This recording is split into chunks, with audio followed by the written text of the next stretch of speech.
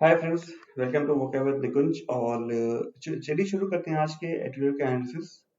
पहले हम एक वर्ड्स देख लेते हैं जो जो यूज हुए हैं एडिटोरियल में, उसके बाद उसके कॉन्टेक्चुअल यूजेस की बात करेंगे। ठीक है। पहला वर्ड है इंक्रीमेंटल। इसका मतलब है धीमे धीमे बढ़ना। ठीक है, कोई भी काम जब धीमे धीमे होता है, वन स्टेप बाय स्टेप, तो उसे कहते हैं इंक्रीमेंटल। ठीक है। Increasing gradually bye regular degrees और एडिशंस। ठीक है। रेगुलरली जब आप कुछ ऐड करते हैं तो उसे इंक्रीमेंटल कहेंगे। ड्रॉ टू अ क्लोज, ये एक फ्रेज है। ठीक है, इसका मतलब होता है धीमे धीमे, सॉरी फाइनली खत्म हो जाना। ठीक है, ग्रेजुअली धीमे धीमे खत्म हो जाना, और फाइनली हाँ, समाप्त होना। Next is again a phrase, bear the Brunt of. Bear the Brunt of का मतलब होता है कि सफर करना, जो मेन पार्ट है या फोर्स है उसको, ठीक है, उसे बर्दाश्त करना। Right. Next word is emission, मतलब होता है एक्ट ऑफ एमिटिंग। अब आप कहेंगे एमिशन, एमिट, तो एमिट का मतलब होता है कोई भी गैस रिलीज करना एनवायरनमेंट में। ठीक है।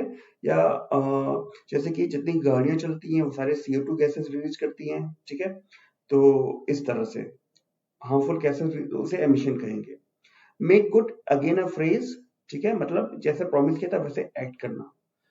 तो यह है। डेडलॉक का मतलब होता है ऐसा सिचुएशन जिसमें कोई भी प्रोग्रेस पॉसिबल नहीं है।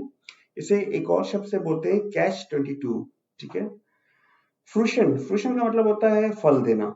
ठीक है, फ्रूट तो कंडीशन ऑफ बियरिंग फ्रूट, तो कुछ फल मिला, कुछ अच्छा परिणाम मिला, कुछ अच्छा रिजल्ट मिला। वनरेबल का मतलब होता है ससेप्टेबल टू क्रिटिसिज्म, पर्सुएशन और टेम्पटेशन। मतलब ऐसा कोई जो कि जिसकी आलोचना बहुत आराम से की जा सके, जिनको आराम से पर्सुएट किया किया जा सके। ठीक है, या टेम्प्ट किया जा सके, ललचाया जा सके। ठीक है।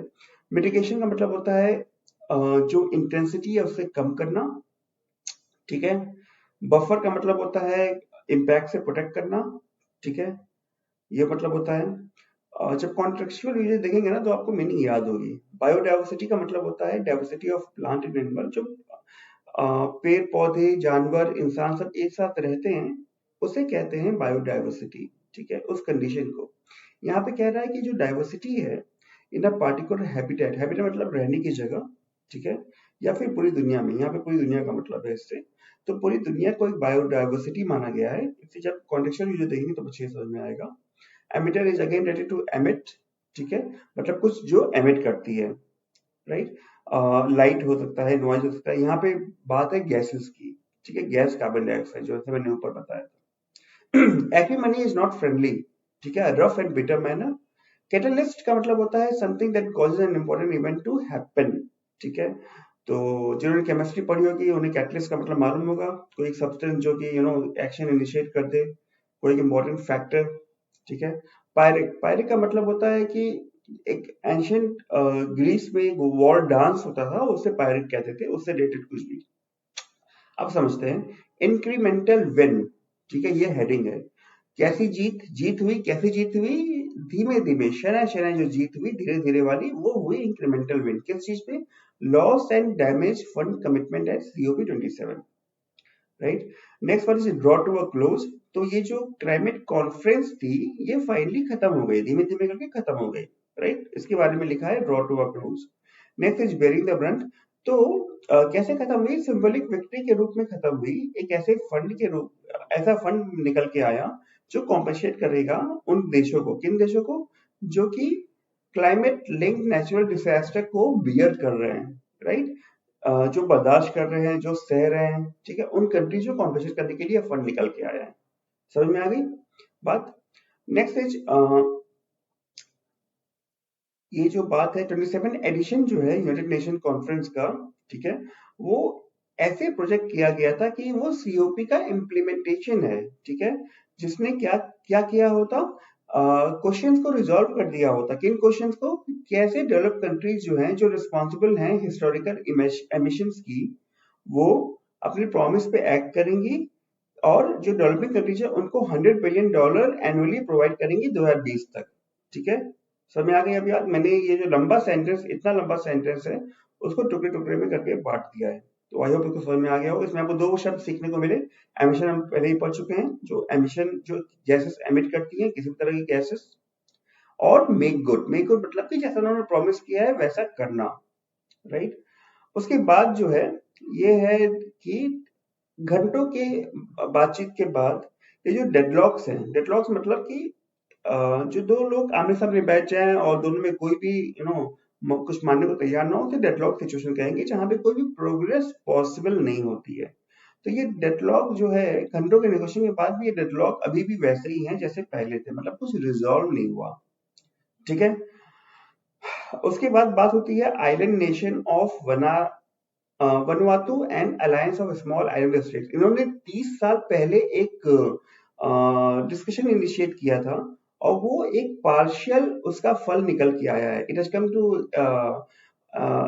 टू अ पार्शियल फ्रूशन, ठीक है? उसका फल निकल के आया है कि अब यहाँ पे एक डेडिकेटेड फंड होगा कॉम्पेंसेट करने के लिए। किनको कॉम्पेंसेट करने के लिए?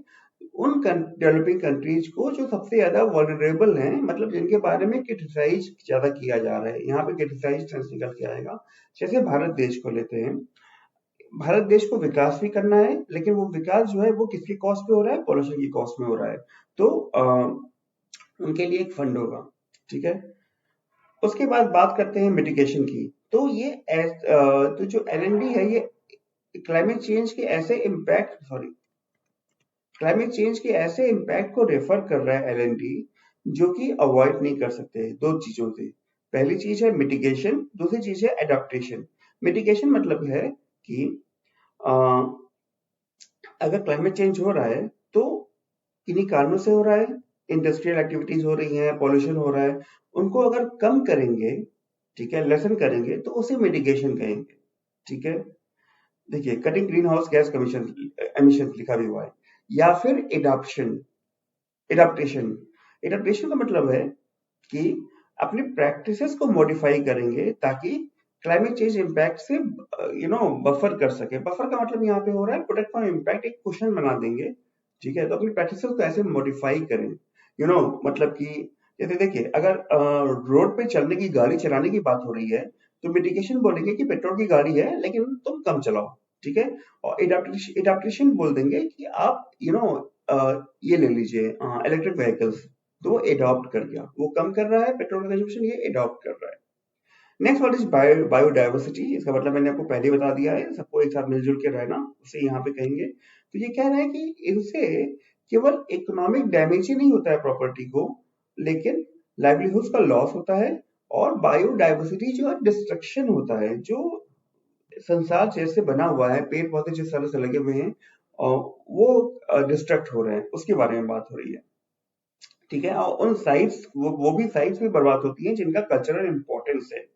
जैसे ताजमहल का, क्या कहते हैं, ताजमहल में कुछ प्रॉब्लम आई थी 2-3 साल पहले, आपको याद होगा अगर आप न्यूज पढ़ रहे होंगे तो, कि उस पे उसकी जो चमक थी वो कम होने लगी थी पॉल्यूशन की वजह से। उसके बाद वहां पे ई रिक्शा इंट्रोड्यूस किए गए, ठीक है? आगे बढ़ते हैं एमिटर्स। तो कुछ कंट्री देशों के बारे में कहा जा रहा है कि देवर लार्ज एमिटर्स, मतलब वो बहुत ज्यादा पॉल्यूशन करते हैं, ठीक है? एमिटर का मतलब समझ में आ गया, याद रहेगा।